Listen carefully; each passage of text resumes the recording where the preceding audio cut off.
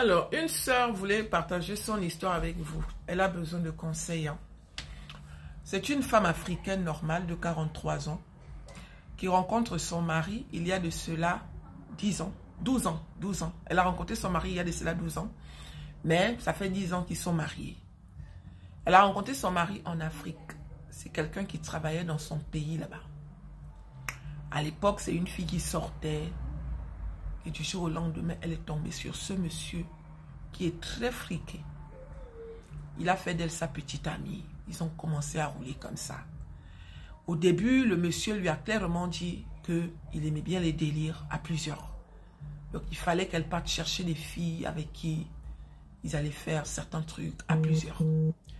La fille dit que j'ai toujours fait venir mes copines. C'est moi qui partais chercher. Il laissait à la fille le libre choix d'aller choisir. Et après, ils se sont mariés.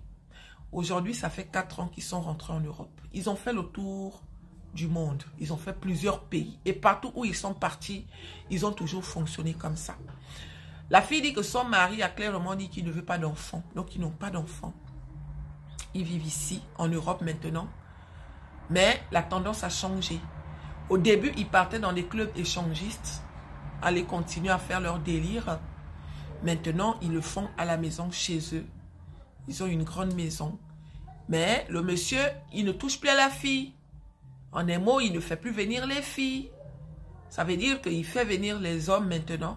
Elle couche avec ces hommes-là et il regarde, c'est comme ça qu'il prend son pied. Le jour où il a envie, il demande tout simplement à la fille de venir lui chanter une chanson. Sinon, il ne la touche plus comme un homme peut toucher sa femme en fait. Mon mari me traite comme une chose. Je n'ai plus de place, je n'existe plus. Lui et moi, on ne parle de rien. Les seules choses qu'il me dit, c'est qu'est-ce que tu vas porter ce soir? Je ne vais pas te voir porter ci, je ne vais pas te voir porter ça. Je ne contrôle pas ma vie, c'est lui. Elle en a marre.